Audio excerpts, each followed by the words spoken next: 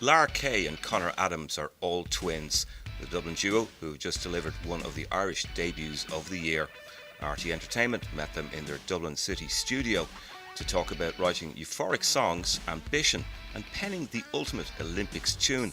But we started by asking Lara and Conor, what exactly is the working dynamic in a pop duo like All Twins? Invisible. When there's two people involved in decision making, yeah, it's a simple yes or no, and A bit of arguing, but it's never really, I wouldn't say arguing. It's more like hurt feeling then again. I like that. You don't like that? Why? That kind of thing. But I mean, instead of like a bass player, a keyboard player, a backing vocalist. yeah, it's not a big gang war. It's just a war between two people sometimes, or a beautiful relationship.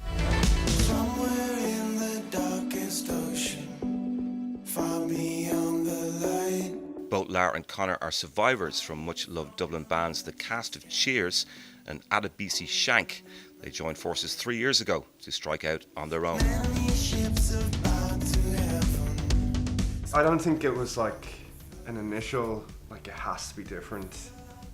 It kind of just naturally developed into why would we bother doing what we've done before? Yeah, because we did, like, the first stuff we did together was, I was actually playing guitar, so was Lara, and we had kind of these beats and synths going, and it was just this kind of guitar mess. It sounds pretty cool. We listened to it there the other day. It sounded pretty good, but it was too much like what we were used to.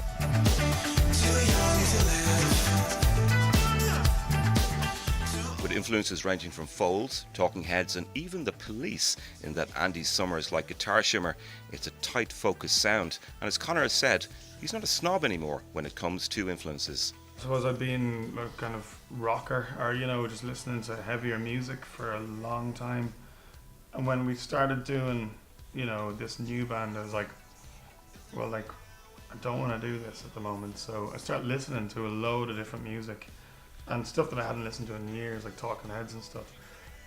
And I realised how poppy, I like pop, but how kind of, I suppose, catchy and stuff that those songs were, and from a million different bands and artists. And there's no shame in, I think I had built a wall somewhere between me being a teenager and, in my mid-20s, somewhere that what was cool and uncool. And now I realise it's like, who says it's cool or uncool? Who wrote those rules?